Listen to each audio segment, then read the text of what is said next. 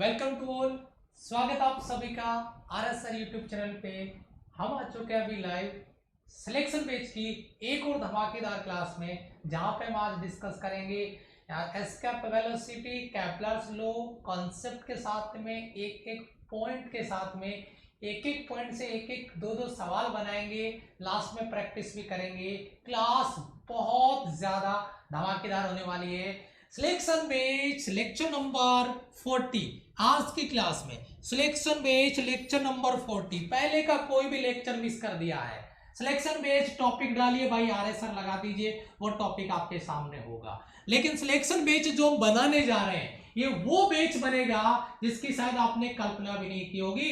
Mission 2019 part 2 का आज भी 1 मंथ का कम से कम 7 to 8 लाख वॉच टाइम आता है, 7 से 8 lakh watch time per month है सिलेक्शन में, वो मतलब मिशन 2019 पार्ट 2। और जब ये प्लेलिस्ट पूरी तैयार होगी तो इसमें वहां पे 7 से 8 लाख आता है, इसमें 70 से 80 लाख आएगा, गारंटी है मेरी। ठीक है, तो इसीलिए हम इस पे फोकस कर रहे हैं एक पॉइंट पे।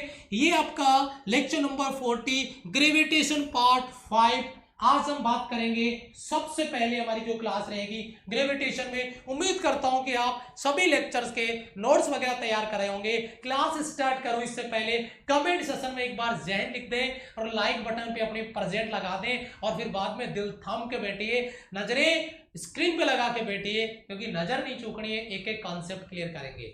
शाबाश, कितने बच्चों ने एक बार शेयर कर दिया है? एक बार क्लास को जरूर शेयर कर दें, क्लास को जरूर शेयर कर दें, क्योंकि मैं शुरुआत में आपसे 30 से 40 सेकंड मांगता हूं, उसके बाद में आपको पता है हमारी गाड़ी नॉन स्टॉप चलती है। यहाँ पे लाइव पढ़ते हैं लेकिन अपन नॉन स्टॉप चलेंगे क्लास को आगे लेके। ठीक है, तो एक बार क्लास को जरूर शेयर कर दें। सबसे पहले हम आज बात करने वाले हैं एस्केप वेलोसिटी प्लाइन वे की। कल कुछ टेक्निकल एरर आ गया था सर्वर में, इस वजह से हमारा क्लास ब्रेक हो गया था। तो उस क्लास में लास्ट में हम डिस्कस कर रहे थे एस्केप वेलोसिटी प्लाइन वेग। तो आज मैं शुरुआत एक बार वहीं से फिर से कर रहा हूं। एस्केप वेलोसिटी प्लाइन वेग क्या है? बेटा मैंने आपको कहा था कि अगर किसी वस्तु को इतना वेग दे दें कि वो पृथ्वी का जो ग्रेविटेशन है, पृथ्वी का जो गुरुत्वाकर्षण का जो क्राइटेरिया है, उसको पार करके निकल जाए, उसे ही कहते हैं एस्केप वेलोसिटी प्लाइन वेग। पृथ्वी के लिए आपको पता है एस्केप वेलोसिटी लगभग 11.2 किलोमीटर पर सेकंड होता है। अगर इस वेग से किसी वस्तु को फेंक दें तो वह लौट के वापस कभी पृथ्वी पे नहीं आएगी, वो अनंत में अंतरिक्ष में चली जाएगी। तो एस्केप वेलोसिटी में यहां पर आप देख रहे हो, ये एक कोई ऑब्जेक्ट है जो चक्कर लगा रहा है, और उसके बाद में उसके टेंजेंशियली डायरेक्शन में उसकी स्पर्श रेखीय दिशा में कहीं प्लाइन कर गया, एस्केप कर गया। इसी पे हम डिस्कस करेंगे। तो सबसे पहली चीज एस्केप वेलोसिटी प्लाइन वेग का जो डेफिनेशन मैंने आपको तैयार करवा दिया है, जैन बेटा जैन, जो डेफिनेशन मैंने आपको दिया है उस डेफिनेशन को आप नोट्स में क्या नोट करेंगे उसको मैं आपको एक बार एक्सप्लेन कर देता हूं, जरा समझिए। क्या मैंने अभी आपको बताया कि प्लाइन वेग वह न्यूनतम वेग है, एस्केप वेलोसिटी वह मिनिमम वेलोसिटी है, जिससे अगर किसी ऑब्जेक्ट को, किसी पिंड को, किसी सब्सटेंस को, पदार्थ को अगर पृथ्वी की तल से फ्रॉम अर्थ सरफेस अगर ऊपर की तरफ फेंका जाए तो वह पृथ्वी के ग्रेविटेशनल फील्ड को, पृथ्वी के गुरुत्वीय क्षेत्र को पार कर जाए और वापस कभी लौट के पृथ्वी पे नहीं आए, उसे कहते हैं एस्केप वेलोसिटी, उसे कहते हैं प्लाइन वेग। ये डेफिनेशन मैंने आपको बता दिए, दिलो दिमाग में इसको रखिएगा। आप नोट्स में इसको बिल्कुल शॉर्ट में लिख सकते हैं, वो डिपेंड आप पे करता है कि आप कैसे समझना चाहते हैं। थोड़ा सा आगे चलते हैं। एस्केप वेलोसिटी में मैंने कल एक डायरेक्ट फॉर्मूला लिखा था, फिर मैंने सोचा कि क्यों ना एक छोटा सा स्टेप इनको बता दें तो शायद इनको और अच्छे से क्लियर हो, इसलिए मैंने एक छोटा सा डाटा और ऐड कर दिया है। डाटा क्या ऐड किया एक बार समझिएगा, ये स्लाइड बहुत ज्यादा इंपॉर्टेंट है। आपकी स्क्रीन पे जो प्रेजेंट स्लाइड है क्या है, इसको समझना। किसी भी ऑब्जेक्ट को, किसी भी पिंड को फ्रॉम अर्थ सरफेस, पृथ्वी की सतह से, इसका मतलब ये हुआ कि पृथ्वी की सतह है, ये सेंटर है, ये पृथ्वी की त्रिज्या है। तो पृथ्वी के सेंटर, यहां पे कोई ऑब्जेक्ट रखा हुआ है, इस ऑब्जेक्ट को पृथ्वी की सतह से कहां पे लेके जा रहे हैं हम? इनफाइनाइट पे लेके जाते हैं। अगर किसी ऑब्जेक्ट को, किसी पदार्थ को, किसी पिंड को पृथ्वी की सतह से अगर इनफाइनाइट पे ले जाएं, यानी उसका आर जो डिस्टेंस है वो इनफाइनाइट हो जाए, अनंत हो जाए, तो उसके लिए कितना कार्य किया जाएगा। ये बात बहुत अहम है, क्योंकि ये जो हम काम करेंगे ना, यही काम उसको अपन पोटेंशियल एनर्जी में कन्वर्ट करके उसके बराबर काइनेटिक एनर्जी दे देंगे। तो कल मैंने आपको एक शॉर्ट फॉर्मूला दिया था, उसी फॉर्मूले को मैं एक अदर वे में, दूसरे मेथड से आपको बता देता हूं। कल मैंने जुगाड़ करके आपको बताया था, आज वो स्टेप में बता देता हूं जहां से आप डायरेक्ट इसको सॉल्व कर सकते हैं। बेटा आपको पता है कार्य बराबर होता है बल इंटू विस्थापन, लेकिन टोटल वर्क डन निकालना है तो मैंने इसका इंटीग्रल कर दिया, मैंने इसका समाकलन कर दिया है। लिमिट लगाइए इस कैपिटल आर से लेकर इनफाइनाइट की, मैंने लिमिट लगा दी है कैपिटल आर से इनफाइनाइट। ये बेटा आपका फोर्स का फॉर्मूला है, बल का फॉर्मूला है, capital G capital M small m बटा एक्स स्क्वायर, यहां पे मैंने एक्स लिया है दूरी, ठीक है, डॉट डी एक्स। जब अपन इसका समाकलन करेंगे माइनस का कैपिटल जी कैपिटल एम बाहर आ जाएगा, 1/x स्क्वायर, 1/x स्क्वायर का समाकलन जो आप करते हो तो माइनस का 1/x आता है, तो माइनस मैंने बाहर ले लिया 1/x, x की जगह अपर लिमिट इनफाइनाइट है 1/इनफाइनाइट माइनस 1/ लोअर लिमिट है r, 1/r है। जब मैंने इसको सॉल्व किया तो मेरे पास ये रिजल्ट आया, माइनस माइनस चिन्ह बाहर गुणा होके प्लस हो गया। आप इन सबको भूल सकते हैं, मुझे कोई प्रॉब्लम नहीं है, लेकिन इसको नहीं भूलना है। ये आपका वो वर्क डन है जो एक सब्सटेंस को फ्रॉम अर्थ सरफेस इनफाइनाइट पे ले जाएगा। ये काम करेंगे हम किसी ऑब्जेक्ट को पृथ्वी की सतह से उठा के कहां तक ले जाने के लिए, अनंत तक ले जाने के लिए। ये हमारा वो वर्क डन है, capital G capital M, sorry capital G capital M small m बटा आर। आर है अर्थ सरफेस, पृथ्वी की त्रिज्या, जहां से हमने उसको पिक किया था इनफाइनाइट पे ले जाने के लिए। Capital G capital M small m upon में आर, ये वो वर्क डन है जो एक सब्सटेंस को पृथ्वी की सरफेस से अनंत पे ले जाता है। केवल मुझे इतना बता दो आप कि ये फॉर्मूला आपको याद हो गया है, समझ में आ गया है, क्योंकि आगे की जो कहानी हम लिखने वाले हैं वो बहुत ज्यादा इंपॉर्टेंट होने वाली है। यहां के लिए मुझे एक बार कमेंट सेक्शन में जय हिंद सर या यस सर लिख दीजिए, मैं आगे कंटिन्यू करता हूं। वर्क डन अर्थ सरफेस से इनफाइनाइट पे ऑब्जेक्ट को ले जाने के लिए W बराबर capital G capital M small m बटा आर। मैं आगे चलता हूं। यस सर, कमेंट भी मैं आपको देख रहा हूं, जी सर, ओके शाबाश। अब आप मुझे ये बताइए, यस यस ओके यस, अब आप मुझे ये बताओ, अगर इस वर्क को मैं ये कह दूं कि ये तो पोटेंशियल एनर्जी थी उसकी, ये तो उसकी पोटेंशियल एनर्जी थी पृथ्वी की सतह पे, ये तो उसका पोटेंशियल एनर्जी है, capital G capital M small m upon में आर, ये तो उसका पोटेंशियल एनर्जी था। अगर इस पोटेंशियल एनर्जी को मैं काइनेटिक एनर्जी में बदल के इसको फेंक दूं तो ये कभी लौट के वापस नहीं आएगा। मतलब यही पोटेंशियल एनर्जी काइनेटिक एनर्जी के अगर बराबर रख देते हैं तो हमें वो फॉर्मूला मिल जाएगा जिसकी ये कहानी हम यहाँ पे आपको बताते जा रहे हैं। मतलब मैं ये कहूंगा, ये स्लाइड मैंने आपके लिए क्या बनाई, स्लाइड को एक बार आप पढ़ सकते हैं क्या बनाया है। मैंने ये कहा है अर्थात m द्रव्यमान के किसी पिंड को, m मास के किसी ऑब्जेक्ट को इतने वेग से फेंकें कि उसकी गतिज ऊर्जा, उसकी काइनेटिक एनर्जी, उसकी potential energy capital G capital M small m upon में कैपिटल आर के बराबर हो जाए तो वह पृथ्वी के गुरुत्वाकर्षण बल को, पृथ्वी के ग्रेविटेशनल फील्ड को पार करके हमेशा हमेशा के लिए इनफाइनाइट पे चला जाएगा, हमेशा हमेशा के लिए अनंत चला जाएगा। ये मैंने क्यों लिखा है? मैंने इसलिए लिखा है कि आप नोट्स में इसको नोट कर सको, तो खुद भी जब आप नोट्स पढ़ो तो आपको डाउट नहीं आए कि यहाँ पे ऐसा एक्चुअल में हुआ कैसे है। अब उस कहानी के पीछे हम चलते हैं जिसकी बात मैंने यहां पर की है। यहीं से शुरुआत होती है इसकी असली कहानी की कि कहानी बनेगी कैसे। मैंने अभी अभी आपको यहां पे बताया है, मैंने अभी अभी आपको बताया है कि ये जो पोटेंशियल एनर्जी है capital G capital M small m बटा आर, अगर इसको काइनेटिक एनर्जी में बदल दिया जाए तो हमें एस्केप वेलोसिटी मिल जाएगा।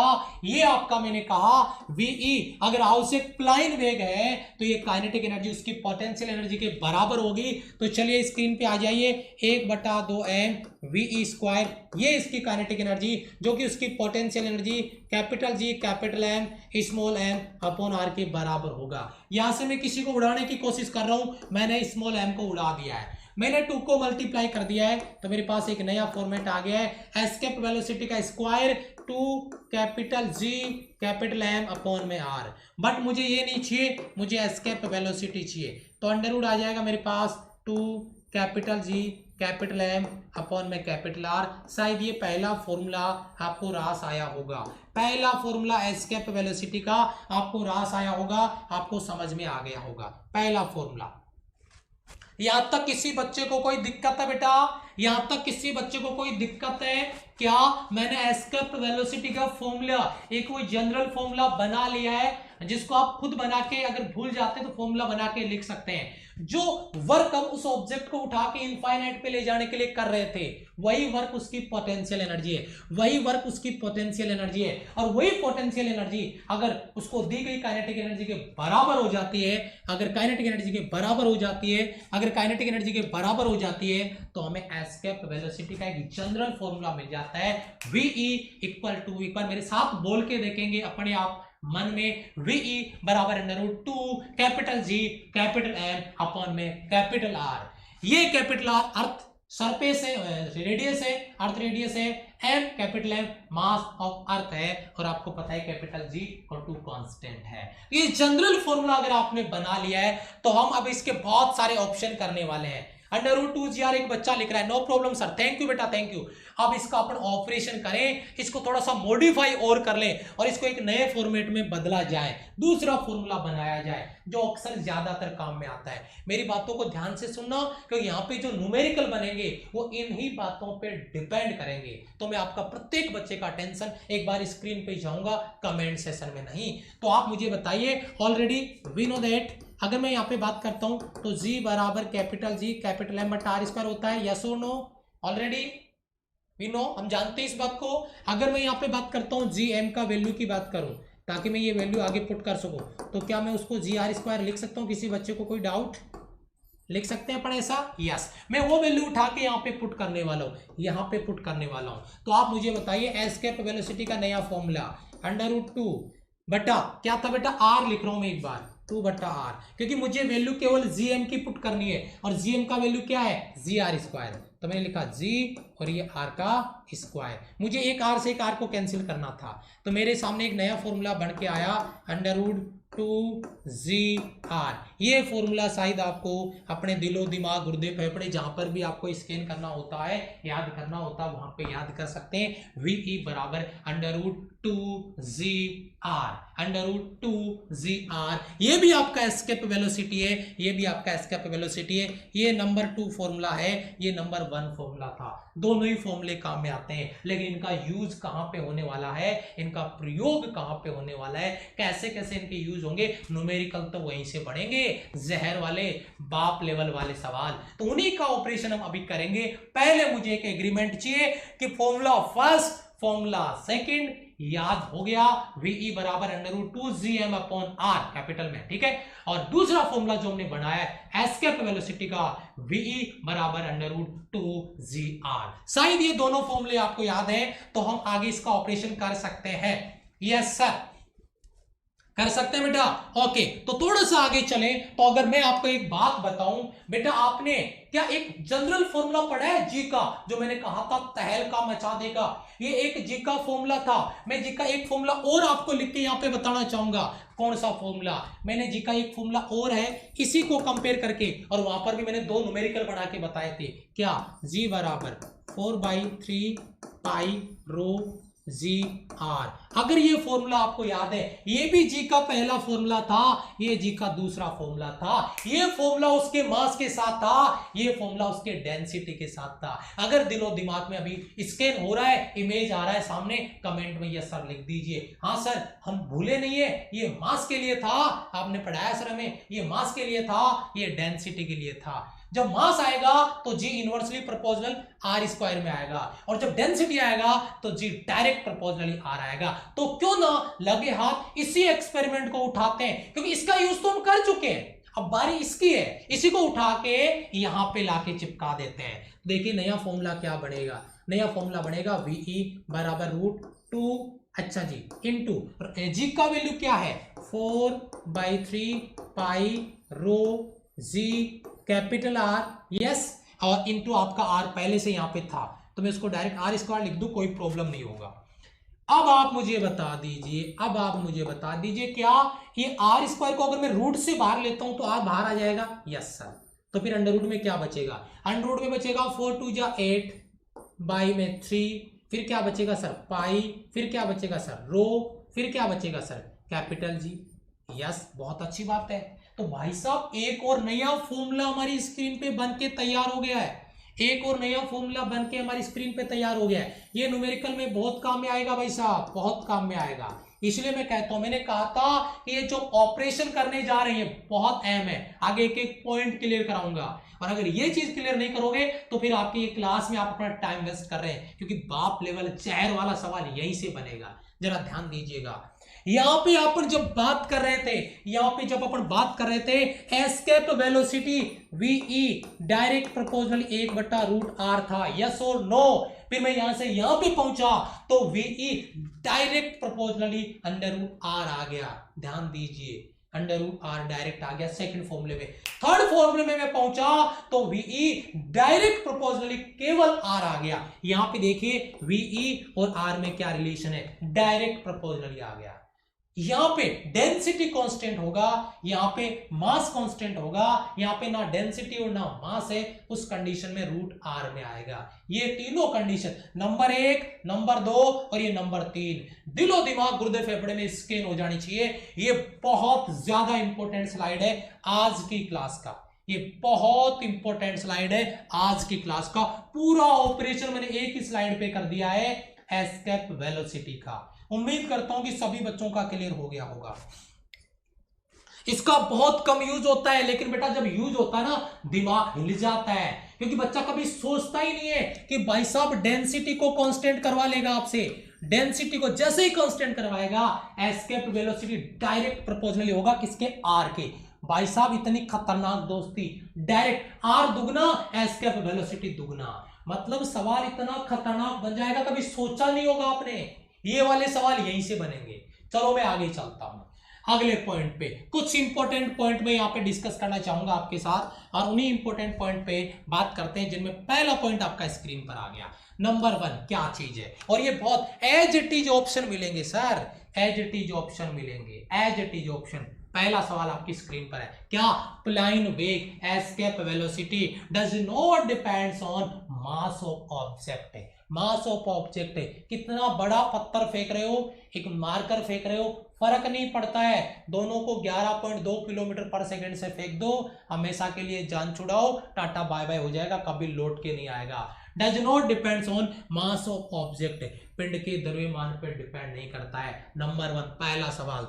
दूसरा, does not depends on angle of projection, आप किस एंगल पे उसको फेंक रहे हैं ऑब्जेक्ट को, उसके एंगल पे डिपेंड नहीं करता है, लेकिन आपको पृथ्वी की सरफेस से फेंकना होगा। अब आप कहोगे साहब मैं तो ये फेंकूंगा नीचे, अब ये प्लाइन कैसे नहीं कर रहा, क्योंकि हम तो न्यूटन बन जाएंगे, उससे भी बड़े न्यूटन बन जाएंगे, तो हम तो यूं फेंकेंगे।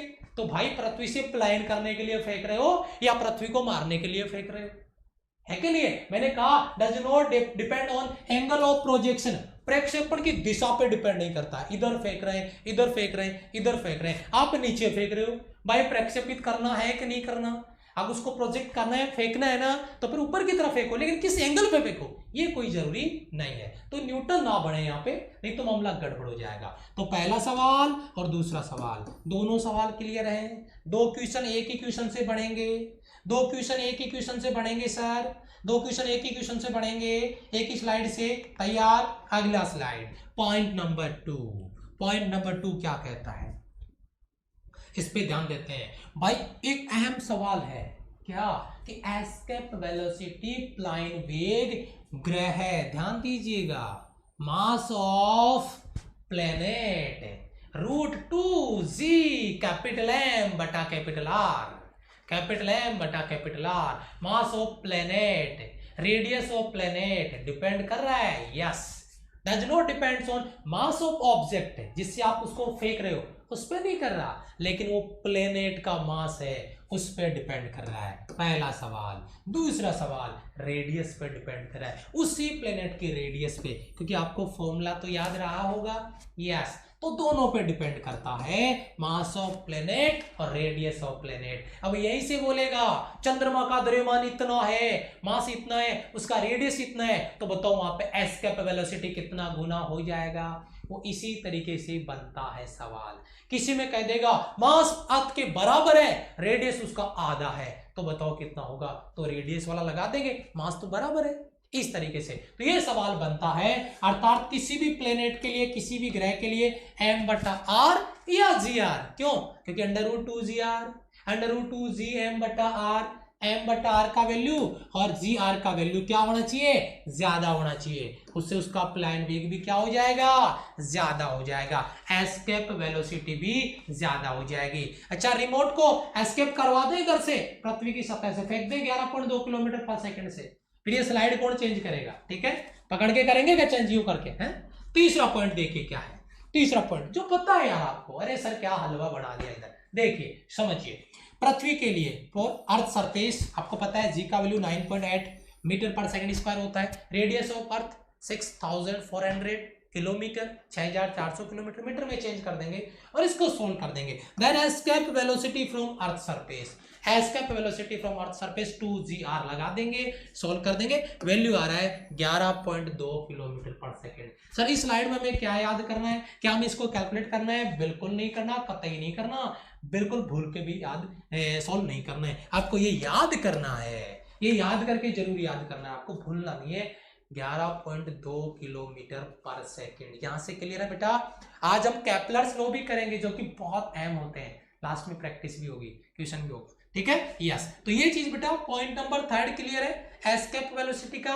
हाउस द जोस, reply on like button, right, comment session, जय हिंद, कमेंट सेशन में आप जय हिंद लिख सकते हैं। चलिए पॉइंट नंबर 4, और यहां से तो क्या खतरनाक सवाल आता है, आया एग्जाम में पूछा गया है, क्या बेटा आप मुझे बताइए, मैं रूट मीन स्क्वायर वैल्यू की बात कर रहा हूं, वीआरएमएस की बात कर रहा हूं, रूट मीन स्क्वायर वेलोसिटी, क्या, देखिए समझिए, किसी भी ग्रह पर वायुमंडल के अणुओं का औसत ऊष्मीय वेग, एनवायरमेंट के जो एटम है, मॉलिक्यूल्स है, उनका औसत ऊष्मीय वेग, root mean square velocity √3 RT बटा m, वीआरएमएस बराबर √3 RT बटा m, ये प्लाइन वेग से कम होना चाहिए, एस्केप वेलोसिटी से, सॉरी एस्केप वेलोसिटी से अगर कम है तो हाँ वायुमंडल उपस्थित होगा, अन्यथा नहीं। ये जरूरी नहीं कि कम है ये ज्यादा है, अगर कम ज्यादा होगा तो कंडीशन आपके भी सामने होगी, मैं बता रहा हूं, क्या, root mean square value V RMS बराबर 3√RT बटा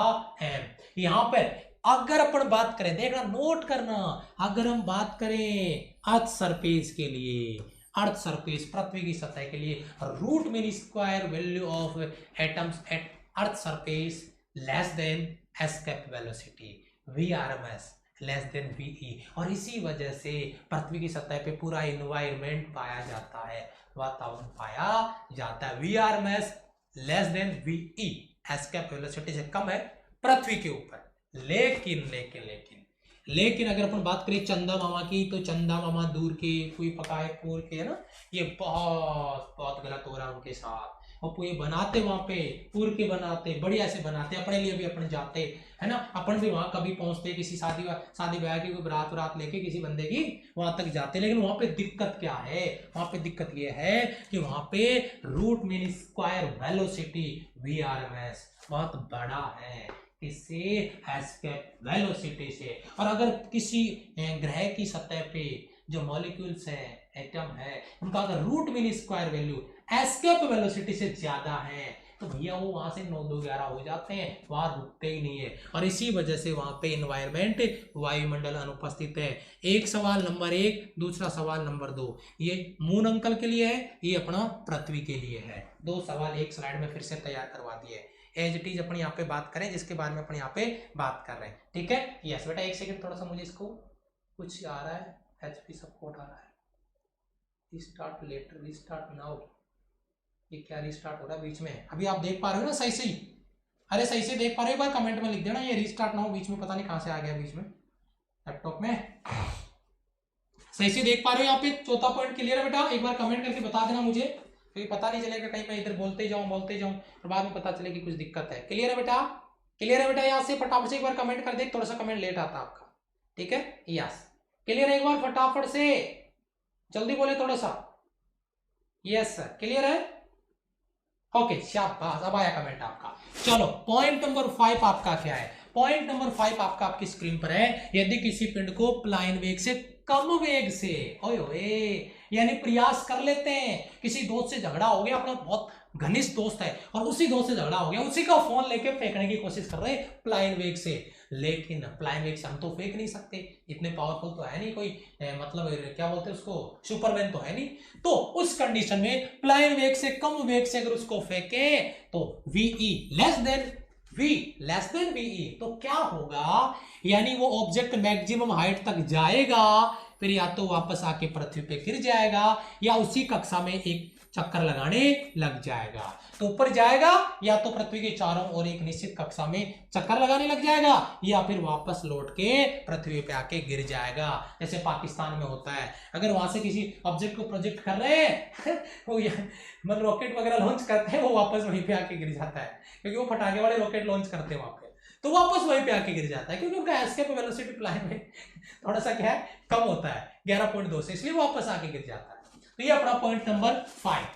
पॉइंट नंबर 6 क्या है? ये बहुत इंपॉर्टेंट है। पॉइंट नंबर 6 क्या है? ये बहुत इंपॉर्टेंट है, जिसके बारे में अपन यहाँ पे बात कर रहे हैं, ठीक है? यस, ऊर्जा की वह मात्रा जो किसी पिंड को देने पर पृथ्वी की सतह पर उसकी कुल ऊर्जा शून्य हो जाए, प्लाइन ऊर्जा कहलाती है। ऊर्जा की वह मात्रा, वह एनर्जी, जिसमें क्या कह रहा है कि पिंड को देने पर पृथ्वी की सतह पर टोटल एनर्जी। सर ये कौन सा जादू है, किसी को खाना खिलाओ और उसकी भूख और बढ़ती जाए, कम नहीं हो? यही तो हो रहा है यहाँ पे। पृथ्वी की सरफेस पे, अर्थ सरफेस पे टोटल एनर्जी 0 हो जाए, वही प्लाइन ऊर्जा कहलाती है। प्लाइन करने के लिए, हाँ सर बहुत बड़ा राज है, शायद इस स्लाइड में समझ नहीं आएगा, इस स्लाइड में समझ में आएगा। अब देखिए क्या लिखा मैंने लिखा है total energy at earth surface, potential energy, kinetic energy equal to, kinetic energy पृथ्वी की सतह पे 0 आपको यहां पे नजर आ रही होगी, और पोटेंशियल एनर्जी में आपको ऑलरेडी बता ही चुका हूं, कैपिटल G कैपिटल M आपका स्मॉल m बटा R, ये आपका पोटेंशियल एनर्जी। और सरफेस पे काइनेटिक एनर्जी 0 है, गति तो हमने दिया ही नहीं है ना, अभी रेस्ट में ही तो है, तो काइनेटिक एनर्जी 0, पोटेंशियल एनर्जी आपका capital G capital M upon capital small m बटा कैपिटल R। अब आप मुझे बताइए, अगर आप इन दोनों को बराबर रख के अगर आप इसको सॉल्व कर रहे हैं तो भैया जो दी गई ऊर्जा है वो किसके बराबर आ जाएगी? ये माइनस में, ये तो अट्रैक्शन को रिप्रेजेंट करेगा, जो बाहर से उसको ऊर्जा देंगे उसको प्लस में दिखा देंगे। जैसे नाभिक वाला कॉन्सेप्ट है ना, नाभिक के साथ कोई इलेक्ट्रॉन चक्कर लगा रहा है तो उसकी जो एनर्जी होती है वो नेगेटिव में होती है, अगर उसको उस कक्षा से निकालना है तो उसको बाहर से दी गई ऊर्जा किस में होती है? प्लस में।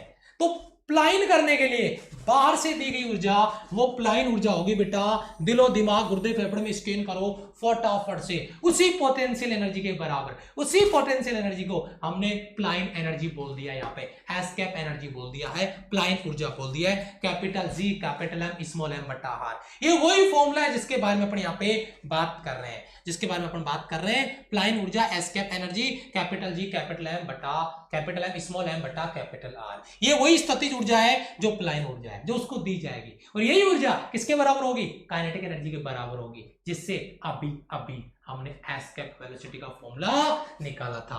पॉइंट नंबर 7 बहुत इंटरेस्टिंग है, अब तक एग्जाम में सवाल नहीं आया लेकिन आ सकता है। ब्लैक होल क्या होता है? ठीक है, एक बार मैंने बच्चे के कमेंट में देखा, बच्चा पूछ रहा ब्लैक होल क्या होता है सर। बेटा ब्लैक होल का मतलब ऐसा होता है, अगर किसी प्लेनेट पे एस्केप वेलोसिटी, लाइट वेलोसिटी बोले तो 3 × 10⁸ मीटर पर सेकेंड, 3 × 10⁸ मीटर पर सेकेंड जो प्रकाश का वेग है उसके बराबर होता है, 3 × 10⁸ मीटर पर सेकेंड। अगर यहाँ पे आपका एस्केप वेलोसिटी होता है, प्लाइन वेग होता है तो उस कंडीशन में उस पिंड से, उस ग्रह से कुछ भी एस्केप नहीं करेगा, अप्लाई नहीं करेगा, इवन लाइट भी नहीं, प्रकाश भी एस्केप नहीं कर पाएगा। और ऐसी कंडीशन में इस प्रकार के जो पिंड होते हैं उन्हें हम ब्लैक होल कहते हैं। वहां से प्रकाश भी प्लाइन नहीं कर पाता है अगर उनका एस्केप वेलोसिटी, प्लाइन वेग लाइट वेलोसिटी के बराबर है 3 × 10⁸ मीटर पर सेकेंड। बताइए यहां पे क्लियर है बेटा? ठीक है, यस। चक्कर कैसे लगाएगा बेटा? उसको ऑर्बिट में एडजस्ट किया जाता है। हमारे, आपने पता है हमारे जो आर्टिफिशियल सैटेलाइट होते हैं जो मौसम वगैरह बताते हैं, जो अपना, जिसको अपन कह सकते हैं कि जैसे आपको मैं बताऊं, अपना जो प्रसारण वगैरह करते हैं, टेलीकास्ट वगैरह करते हैं, वो जो सैटेलाइट होते हैं ना, वो निश्चित कक्षाओं में चक्कर लगा रहे होते हैं पृथ्वी के चारों ओर। 36,000 किलोमीटर की ऊंचाई पे वो भाग के तो नहीं गए अंतरिक्ष में, क्योंकि उसको उस ऑर्बिट में सेटअप कर दिया जाता है। वो कंडीशन पे डिपेंड करता है किस कंडीशन में उसको लॉन्च किया गया है, कहां तक जाने के बाद उसको उस कक्षा में स्थापित किया जाएगा। ये कक्षीय वेग जब हम आगे पढ़ेंगे ना तो आपका डाउट क्लियर होगा। इतना ज्यादा अधीर नहीं होते, गैस नहीं बनाते हैं, थोड़ा पेशेंस रखें, सब क्लियर होगा जब मैं आपको ऑर्बिटल वेलोसिटी आगे क्लियर कराऊंगा। थोड़ा सा पेशेंस रखें। ठीक है, नेक्स्ट अब अपन बात करें ग्रहों की गति से संबंधित केपलर के नियम। ये केपलर के लॉ क्या है, बहुत इंटरेस्टिंग। ये स्लाइड वगैरह बनाने के लिए, इनको तैयार करने के लिए बेटा बहुत घंटों मेहनत करनी पड़ती है। ठीक है, जितनी मेहनत एक स्लाइड को बनाने में तैयार होती है ना, एक क्लास को तैयार करने में, उतने में मैं 3 क्लास कंप्लीट कर सकता हूँ आपकी, 3 क्लास। लेकिन जो 3 क्लास का टाइम है वो मैं एक क्लास में डाल के उस एक क्लास को 30 क्लास के बराबर बनाने की कोशिश करता हूँ। 30 क्लास के बराबर, याद रखिएगा। ठीक है, ये स्लाइड आपके सामने है। ग्रहों की गति से संबंधित केपलर का जो नियम है उससे पे अपन बात कर रहे हैं। ठीक है बेटा, ठीक है, यस, ओके, चलो जी, शाबाश, आगे बात करते हैं। देखिए बेटा, यहां पे केपलर की गति के जो नियम है उसमें सबसे पहले अपन फर्स्ट लॉ की बात कर लेते हैं, पहले नियम की बात कर लेते हैं। उसने क्या कहा है, जो फर्स्ट लॉ है केपलर का, केपलर ने बड़ी इंटरेस्टिंग चीजें आपको बताई। यहाँ पे केपलर ने क्या कहा है कि जो ये आपका प्लाइन वेग है, मतलब सॉरी, जो सैटेलाइट है, जो उपग्रह है, वो एक ऑब्जेक्ट के चारों ओर चक्कर लगा रहे हैं निश्चित कक्षाओं में। ठीक है, निश्चित कक्षाओं में चक्कर लगा रहे हैं, और जिन कक्षाओं में चक्कर लगा रहे हैं, जो उनके ऑर्बिट हैं, उनको क्या बोलते हैं? उनको बोलते हैं बेटा आपके इलिप्टिकल ऑर्बिट्स, यानी दीर्घवृत्ताकार कक्षा। ये क्या वृत्ताकार कक्षा है क्या? इसकी ऑर्बिट वृत्ताकार है। मान लो यहाँ पे सूर्य है और ये पृथ्वी चक्कर लगा रही है, ठीक है, इसके चारों ओर, तो इसका सेंटर है। अब इसका ये जो पाथ है वो इलिप्टिकल ऑर्बिट्स में होता है, दीर्घवृत्ताकार कक्षा में होता है। और इस दीर्घवृत्त के 2 फोकस पॉइंट होते हैं, एक और दूसरा। अब इन दोनों फोकस पॉइंट में किसी एक फोकस पे सूर्य होगा। जैसे भाई साहब देख लो, नमन कर लो इनको, ठीक है, ले लो आशीर्वाद। ये इधर आपके सन अंकल है, ठीक है, और एक फोकस पे ये इधर हो सकता है, ये इधर हो सकता है, और उसी के चारों ओर दीर्घवृत्ताकार कक्षा में लगातार ये देखो पृथ्वी चक्कर लगा रही है। अब इससे मैं एक चीज आपको और क्लियर कर दूं ताकि मैं आगे बताऊं तो आपको डाउट नहीं हो। ये पृथ्वी जैसे ही सूर्य के पास में आती है तेजी के साथ भागती, फिर धीरे धीरे धीरे, फिर तेजी के साथ, फिर धीरे धीरे, फिर आएगी, फिर तेजी के साथ, फिर धीरे हो जाएगी। इसका मतलब क्या है? इसका मतलब मैं आगे आपको पढ़ के बताऊंगा, अभी क्लियर करूंगा कि जैसे ही वो आपका जो उपग्रह है वो ग्रह के पास पहुंचेगा, उसका स्पीड तेज हो जाएगा, और जैसे दूर जाएगा उसका स्पीड स्लो डाउन हो जाएगा। जितना दूर होगा उतना स्पीड कम होगा, जितना पास होगा उतना स्पीड उसका ज्यादा होगा। तो इसके बारे में अपन अभी बात करने वाले हैं। सबसे पहले फर्स्ट लॉ का जो कॉन्सेप्ट है वो समझ लें, मैंने आपको बता दिया है। फर्स्ट लॉ एक बार मैं आगे लेके चलता हूं, फिर वापस आपको रिवर्स करता हूं। फर्स्ट लॉ क्या है? कक्षा का नियम जिसे बोलते हैं अपन, आपका जो आपका ऑर्बिट लॉ है, उसे क्या कह रहे हैं कि सभी ग्रह सूर्य के चारों ओर दीर्घवृत्ताकार कक्षाओं में। बेटा ये सवाल आएगा, प्रैक्टिस बुक में कहीं पर भी मिल जाएगा, अपन भी आज लास्ट में भी प्रैक्टिस करेंगे, देखिएगा। इलिप्टिकल ऑर्बिट्स में सूर्य के चारों ओर ग्रह जो चक्कर लगाते हैं उनका पथ होता है, उनका पाथ होता है। कैसा पथ होता है बेटा? इलिप्टिकल ऑर्बिट्स होती है, यानी दीर्घवृत्ताकार कक्षाओं में चक्कर लगाता है, तथा सूर्य उन कक्षाओं के किसी एक फोकस पॉइंट पे होता है। यही हमारा ऑर्बिट का लॉ है, केपलर का पहला नियम है, जिसके बारे में अपन बात कर रहे हैं। प्लेलिस्ट अपडेट कर दें बेटा, आज हो जाएगी, आज अपडेट हो जाएगी बेटा, प्लेलिस्ट पक्का कर देंगे आज अपडेट। ठीक है, यस, फर्स्ट लो हो गया बेटा। उसके बाद में देखिए फर्स्ट लो में ये चीज मैंने आपको बता दी, दीर्घवृत्ताकार कक्षाओं में चक्कर लगाता है और उनके किसी एक फोकस पॉइंट पे आपका सूर्य होगा। ठीक है, ये फर्स्ट लो है, बस इतना सा ध्यान रखना है, कोई दिक्कत नहीं है। अब आता है सेकंड लो, और सेकंड लो भी बहुत जहरीला लो है भाई, बहुत जहरीला लो है। क्या खतरनाक कॉन्सेप्ट है, जरा देखें। ये भाई साहब कितनी गजब साइनिंग कर रहे हैं, देखो सन अंकल यहाँ पे, और ये पृथ्वी के चारों ओर चक्कर लगा रही है। देखिए जरा आप गौर से, देख पा रहे होंगे, इधर स्लो हो गया और इधर फास्ट हो गया, फिर स्लो हो जाएगा, फिर फास्ट हो जाएगा। लेकिन आपने ये कुछ राउंड देखे यहाँ पे, ये आपने कुछ ब्रेक देखे ऐसे, ये ब्रेक क्या कहते हैं, ये ब्रेक क्या कहते हैं, ये ब्रेक क्या कहते हैं। यहाँ पे देखो, ये एरिया कितना छोटा है लेकिन कितना दूर है, ये एरिया कितना बड़ा है कितना पास है, ये कितना बड़ा है कितना पास है।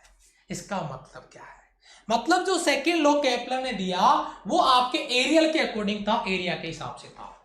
According to Kepler second law, कोई भी ग्रह जो सूर्य के चारों ओर चक्कर लगा रहा है वो सेम टाइम इंटरवल में, समान समय अंतराल में समान एरिया कवर करता है, समान समय अंतराल में समान एरिया कवर करता है। मान लीजिए फॉर एग्जांपल के लिए ये यहां से यहां तक जाने के लिए, यहां से यहां तक जाने के लिए इसने टाइम लिया t1 और इसका एरिया है बेटा a1, और इसके बाद में इसकी बात करता हूं, यहां से इसने यहां तक जाने के लिए टाइम लिया t2 और इसका एरिया क्या है a2। तो मैं एक ही बात बोलूंगा, यानी समान समय अंतराल में समान एरिया तय करेगा। मतलब यहाँ पे जो एरिया कवर करने का जो रेट है वो बराबर होता है। अगर मैं यहाँ पे ये लिख दूं कि t1 बराबर अगर t2 है तो मुझे ये भी लिखना पड़ेगा कि a1 बराबर क्या होगा a2 होगा। ये आपका सेकेंड लॉ है केपलर का, जिसके बारे में अपन यहाँ पे बात कर रहे हैं। ठीक है बेटा, same time with same area, शाबाश, सेम टाइम इंटरवल में सेम एरिया कवर करेगा, जैसा कि आप यहाँ पे देख पा रहे होंगे, यहां से यहां तक फिर यहां से यहां तक सेम टाइम t1 और t2 अगर बराबर है तो एरिया a1 और a2 भी बराबर होगा। आप देख रहे होंगे ये दूर है तो कितना पतला हो गया है, ये पास में तो कितना बड़ा हो गया है, क्योंकि एरिया बराबर इसको करना पड़ेगा। बताओ क्लियर है बेटा, एरियल वेलोसिटी रिमेन्स कांस्टेंट, शाबाश, वेरी गुड, बिल्कुल बेटा बिल्कुल, मजा आ गया बेटा, यस। चलो जी अपन यहाँ पे बात कर लेते हैं इसकी थ्योरी पे, जो आपको नोट्स में लिखनी है, जो मैंने आपको समझा दिया है। क्या क्या थ्योरी मैंने बताया आपको, सेकंड लॉ के अलोंग अगर अपन बात करें, सूर्य और पृथ्वी को मिलाने वाली काल्पनिक रेखा एक निश्चित समय अंतराल में एक फिक्स टाइम इंटरवल में सेम एरिया कवर करती है, पार करती है, तय करती है। अगर टाइम t1 t2 बराबर है तो एरिया a1 a2 बराबर होगा। एक और डायग्राम जो बड़ा आराम रेस्ट से बैठा है वो आपका ये देखिए, टाइम इंटरवल यहाँ पे t1 है, यहाँ पे टाइम इंटरवल t2 है, यहाँ का एरिया a1 है और यहाँ का एरिया a2 है, दोनों बराबर होंगे। ये आपका इलेप्टिकल पाथ जो आपके दीर्घवृत्ताकार कक्षाएं हैं उनमें लगातार चक्कर लगा रहा होता है। जब यहां से नीचे की तरफ जा रहा होता है तो इसका वेग मैक्सिमम होता है, जब यहां से ऊपर की तरफ जा रहा होता है तो वेग मिनिमम है। ऊपर नीचे का लॉजिक नहीं है, ये है इसकी डिस्टेंस है। पृथ्वी के जितना सूर्य के जितना पास होगा उसका वेग उतना ही ज्यादा होगा, जितना दूर होगा उसका वेग उतना ही कम होगा। ये मैं कॉन्सेप्ट आपको ऑलरेडी बता चुका हूं। तो मेरे हिसाब से किसी बच्चे को इस स्लाइड में कोई दिक्कत नहीं होनी चाहिए, यस और नो? इस स्लाइड में किसी बच्चे को कोई दिक्कत है बेटा? कॉन्सेप्ट क्लियर है? अभी रुक जाओ बेटा, अभी रुक जाओ, अरे बहुत बड़ी बात करने वाले बेटा, एंगुलर मोमेंटम वाले भाई साहब, अरे गैस मत उड़ाओ भाई, रुको थोड़ा सा, देखो समझो इसको, ये चीज क्लियर है, इतना मुझे बता दो बस, बाकी मुझ पर छोड़ दो, मैं अभी बात करूंगा। ठीक है, ये स्लाइड क्लियर बेटा? मतलब पृथ्वी और सूर्य को मिलाने वाली रेखा सेम टाइम इंटरवल में सेम एरिया कवर करती है according to Kepler second law. Time t1 t2 के बराबर है तो एरिया a1 a2 के बराबर होगा। आप देखिए मैंने एक चीज यहाँ पे क्या लिखी है, नोट पॉइंट में क्या डाला मैंने आपके लिए, जरा इसको समझने की कोशिश करिए। नोट पॉइंट पे मैंने क्या डाला है, क्या कि जब ग्रह सूर्य के सबसे नजदीक होता है, जब ग्रह सूर्य के बिल्कुल पास में होता है, यानी गले मिलने ही वाला होता है, ध्यान दीजिएगा, जब ग्रह सूर्य के सबसे नजदीक होता है तो उसकी चाल अधिकतम होती है, तेजी के साथ में वहां से निकलता है पड़ोस से होके, चाल अधिकतम होती है, स्पीड मैक्सिमम होता है, जो कि मैंने आपको यहाँ पे डायग्राम में भी बताई है। ये देखो मैक्सिमम है, पास में है, और ये देखो कितना दूर है तो ये मिनिमम है आपका। ठीक है, यस, तो चाल अधिकतम होगी, स्पीड मैक्सिमम होगा, और सूर्य से दूर है तो इसकी स्पीड मिनिमम है, न्यूनतम है। बताओ किसी बच्चे को यहाँ से कोई डाउट, किसी बच्चे को यहाँ से कोई डाउट? क्लियर है सर? यस यस यस, आगे आ जाओ। यस, ये बहुत तगड़ा सवाल है, एग्जाम में आया है बेटा, एग्जाम में आया है सवाल। कौन सा लॉ है जिसमें एंगुलर मोमेंटम कंजर्व रहता है? Second law. एंगुलर मोमेंटम मतलब केपलर के लॉ से किसके कंजर्वेशन के बारे में बात हो रही है? एंगुलर मोमेंटम, कोणीय संवेग। दिलो दिमाग गुर्दे फेफड़े जहां पर भी इसको याद कर सको याद कर लो, ये पक्का सवाल और बहुत जहरीला सवाल है। सवाल क्या है जरा इसको समझते हैं। क्वेश्चन क्या है, ग्रहों की गति में, जो ग्रहों की गति है, जो आपका ऑर्बिट है, सॉरी जो आपके प्लेनेटरी मोशन है, उसमें जो प्लेनेट मोशन कर रहे हैं उनमें जो एंगुलर मोमेंटम है, उनका जो कोणीय संवेग है वो हमेशा कंजर्व्ड रहता है। और इसे न्यूमेरिकल भी मैं आपको कराऊंगा जब प्रैक्टिस होगी इसकी, ठीक है। क्या, M V R angular momentum, M V R equal to constant. मैं ये लिख सकता हूं, एम एल को एम वी आर से मैंने लिखा और मैंने इसको कांस्टेंट लिख दिया, मैंने इसको नियत कर दिया, मैंने इसको निश्चित कर दिया, मैंने इसको कांस्टेंट कर दिया। एंगुलर मोमेंटम प्लेनेटरी मोशन में कंजर्व रहता है। इस सवाल को बस परमानेंट कर दो, मैं कुछ नहीं जानता, याद हो जाना चाहिए। Angular momentum in planetary motion always will be conserve constant. और इससे न्यूमेरिकल बनेगा, m1 v1 का रेशियो बनेगा, r देके आपको m1 v1 m2 v2 का अनुपात पूछ लेगा। खतरनाक खतरनाक न्यूमेरिकल पढ़ते हैं। ये जितना इजी आपको ये लाइन दिख रही है, इतना इजी सवाल पड़ेगा नहीं, इससे डायरेक्ट पूछ ले तो ठीक है, लेकिन अगर न्यूमेरिकल में घुस गया ना तो फिर अनुपात रेशियो कैसे बनेगा, क्या बनेगा, इसका बहुत तगड़ा सवाल बन जाएगा। तो जो आपको क्लियर करना है अगर आपको इसका कॉन्सेप्ट आता है तो, ठीक है बेटा।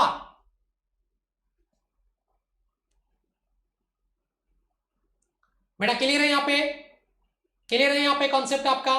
बहुत ही अच्छा क्वेश्चन जिसपे अपन यहाँ पे बात कर रहे थे, ये आपका एंगुलर मोमेंटम वाला कॉन्सेप्ट क्लियर है, ठीक है। यस, चलो तो आ जाओ प्रैक्टिस पे, आ जाओ प्रैक्टिस पे, आ जाओ फटाफट से। क्वेश्चन आपका एक स्क्रीन पर है, देखिए जरा।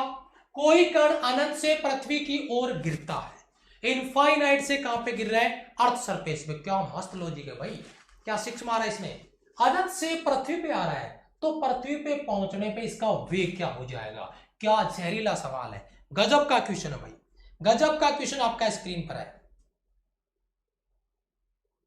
गजब का क्वेश्चन है, शाबाश।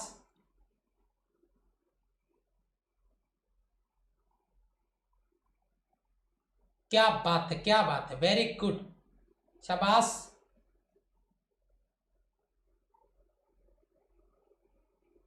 क्या बात कर रहे हो, गजब, इतने सारे राइट ऑप्शन, डी या बी, बी या डी। अरे लॉजिक की बात करो भाई, तुक्का मत लगाओ ऐसे, लॉजिक की बात करो यार, बी या डी। ये भी लगा रहे कुछ बच्चे। बेटा एक चीज मुझे ये बताओ कि जब उसको पृथ्वी की सतह से फेंका गया था, क्योंकि हम किसी वस्तु को फेंकते हैं ना पृथ्वी की सतह से, जो उसका इनिशियल वेलोसिटी, अगर मान लो मैंने 5 से फेंका है तो ऊपर जाके वापस जब गिर रहा होता है वापस उसी पॉइंट पे आता है, तो जो v होता है वो भी 5 मीटर पर सेकंड होता है, पता है ना आपको। जिस वेग से पृथ्वी से फेंकते हैं वो वापस उसी वेग से आके गिरता है। तो आप मुझे बताओ, जब किसी ऑब्जेक्ट को हमने अंतरिक्ष में फेंका था तो क्या दिया था उसको, एस्केप वेलोसिटी, प्लाइन वेग √2gr, या √2g capital M capital G capital M बटा R, जो डिपेंड करता है आप पे क्या कंडीशन आपने वहां पे दी है। नहीं तो आप दूसरा फॉर्मूला लिख सकते हैं डेंसिटी वाला, मतलब आपका VE बराबर कॉस्ट के बाद R √8/3 पाई रो जी, ये फॉर्मूला भी अपन लिख सकते हैं, वो डेंसिटी के लिए आएगा, कोई दिक्कत नहीं है। लेकिन यहाँ पे अगर आप एस्केप वेलोसिटी से उसको फेंकेंगे तो वापस अर्थ सरफेस पे जब आएगा ना तो उसी वेलोसिटी से आएगा जिससे आपने फेंका था, क्योंकि वो वापस कहां से गिर रहा है, इनफाइनाइट से। आपने अर्थ से इनफाइनाइट पे फेंका था √2gr से, तो जब इनफाइनाइट से वापस अर्थ सरफेस पे गिरेगा तो वही उसका वेलोसिटी रहेगा जो आपने उसको पहले दिया था, एस्केप वेलोसिटी, प्लाइन वेग से वापस पृथ्वी की सतह पे आएगा। क्लियर है बेटा, प्लाइन वेग से ही वापस पृथ्वी की सतह पे आता है। और यही तो लॉजिक है, यही तो होता है कि जब वो वापस, मतलब जो कॉकपिट वगैरह आते हैं ना अंतरिक्ष से, जैसे मान लो आपका जो इंटरनेशनल स्पेस स्टेशन है वहां से साइंटिस्ट वगैरह वापस पृथ्वी पे आते हैं, तो उनका जो कॉकपिट होता है वो बड़ा सा गोला होता है, वो जैसे ही पृथ्वी के इन्वायरमेंट में एंटर करता है ग्रेविटेशनल फोर्स लगता है और ये एस्केप वेलोसिटी के साथ नीचे आ रहा होता है, फिर उसको कम करते हैं, उसके इंजन चालू करते हैं, उस पर ऊपर की तरफ वो मतलब जो बैलून वगैरह है वो ओपन कर दिए जाते हैं और उसकी स्पीड को कम करके फिर समुद्र में गिराया जाता है कि नहीं है। तो वही लॉजिक है, उसको कम किया जाता है, वो बहुत ज्यादा होता है। क्लियर है बेटा, हाँ तभी तो पानी में गिराया जाता है, पानी वाले भाई साहब है, पढ़ाने वाले भाई साहब। चलो बहुत बढ़िया, आज की क्लास हमने जबरदस्त एंजॉय किया है। उम्मीद करता हूं कि सारे डाउट आपने यहाँ पे क्लियर होंगे। आज हमने क्लास को खत्म किया है, इसकी एक क्लास और बच रही है जहां पे अपन ऑर्बिटल वेलोसिटी पढ़ेंगे, तो आपको सारी कहानी क्लियर हो जाएगी। और भी बहुत सारे मैं आपको कॉन्सेप्ट इसमें जो बचे हुए कॉन्सेप्ट है वो दूंगा, और उसके बाद में क्लास इसकी प्रैक्टिस होगी, यानी कम से कम इसकी 6-7 क्लासें होगी। ग्रेविटेशन पूरा फिनिश हो जाएगा जहर लेवल के साथ में। अगर क्लास पसंद आई है लाइक बटन पे प्रेजेंट लगा के बताएं, क्योंकि आपका प्यार और सपोर्ट हमें बहुत ज्यादा उसकी जरूरत है। मिलता हूं मैं आपसे नेक्स्ट वीडियो में, तब तक के लिए सभी को जय हिंद, वंदे मातरम। मिलते हैं नेक्स्ट क्लास में। लाइक बटन पे केवल 443 स्टूडेंट ने प्रेजेंट लगाया है, मतलब दिल पे बहुत दर्द होता है जब ये आपका रिस्पॉन्स देखते हैं ना लाइक बटन पे। कोई दिक्कत नहीं, बचा के रखना, डिसलाइक करके चले जाना, लाइक मत करना, लेकिन काम जरूर करके जाना, क्योंकि शायद आपको पसंद नहीं है।